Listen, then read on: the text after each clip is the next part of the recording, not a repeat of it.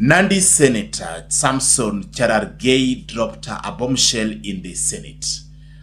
In a bold and uncompromising statement, Cherargei claimed that corruption among county governors has reached alarming levels, with billions of shillings allegedly lost through mismanagement and outright theft.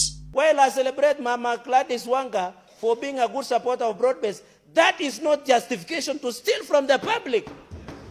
They can never hide. And I know where they are going to hide, Mr. Speaker. Even Abdul Samad, Mr. Speaker. Even Garissa, Mr. Speaker, where 731 million was paid to ghost workers, Mr. Speaker.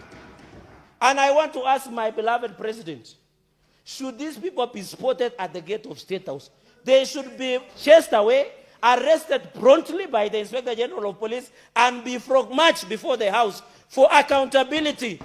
They have tendencies on El Chapo Guzman. According to the senator, many counties are now defined by stalled projects, incomplete hospitals, and failed development plans, despite receiving massive allocations from the national government. But what has shocked many Kenyans is not just the scale of the allegations, it is the tone. Cherargei did not hold back.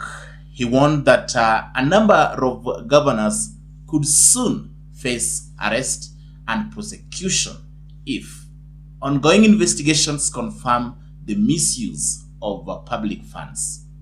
Even more controversial is his proposal for a list of shame, a public naming of governors accused of corruption and poor performance. This move, if implemented, could reshape Kenya's political landscape ahead of the 2027 elections. Because beyond accountability, there is a bigger question.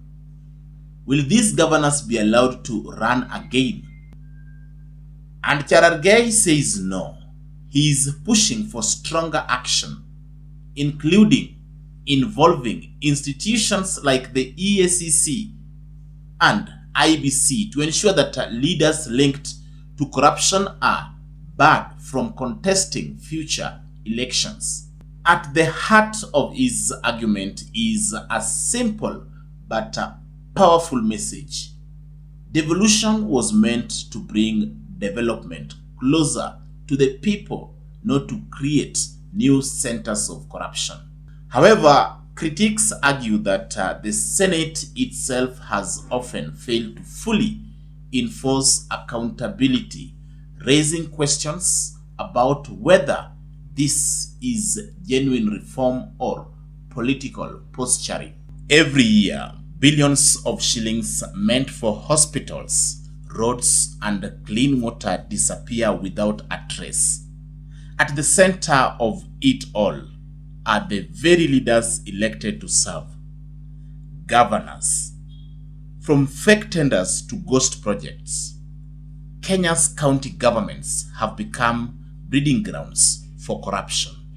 This one reads like a fiction story, Governor, that you gave a consultancy at 4.98 million to advise you on whether the hospital should be level 5 when it was already a level 5. You know, this one is drama. Governor, when you read this, does it make sense to you as a CEO?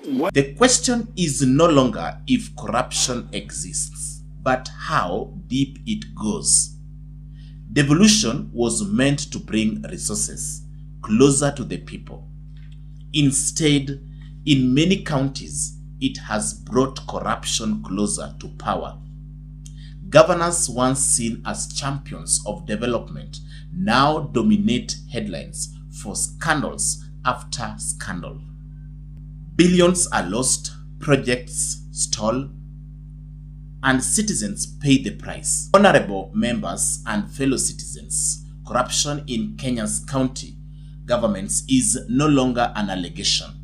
It is a proven reality. From inflated tenders to outright theft of public funds, several governors have turned devolution into a personal enterprise. The result? Broken systems, stalled development, and betrayed public trust. Since the introduction of a devolution in 2013, Kenya's 47 counties have controlled vast financial resources intended to transform local development. However, alongside this promise has emerged a troubling pattern: widespread corruption involving senior county officials, particularly governors.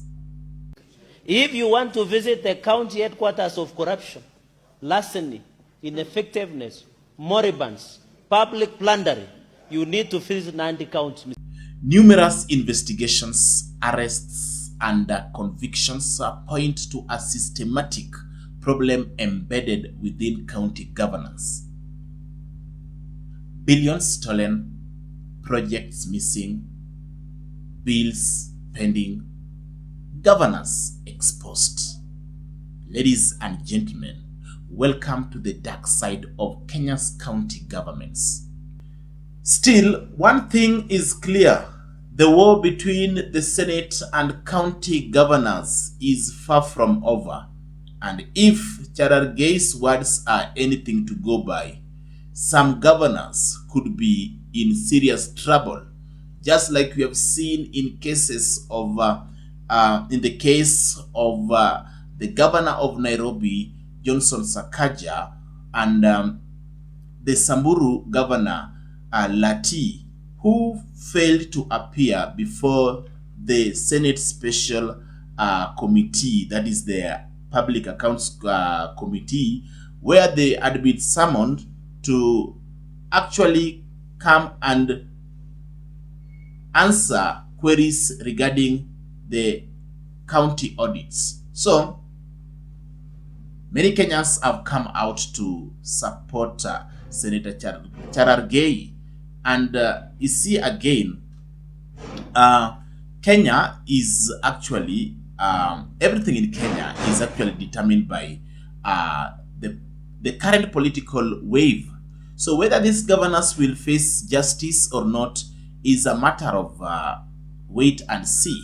And therefore, let me ask you this question. What do you think? Is this the accountability Kenyans have been waiting for, or just another political storm?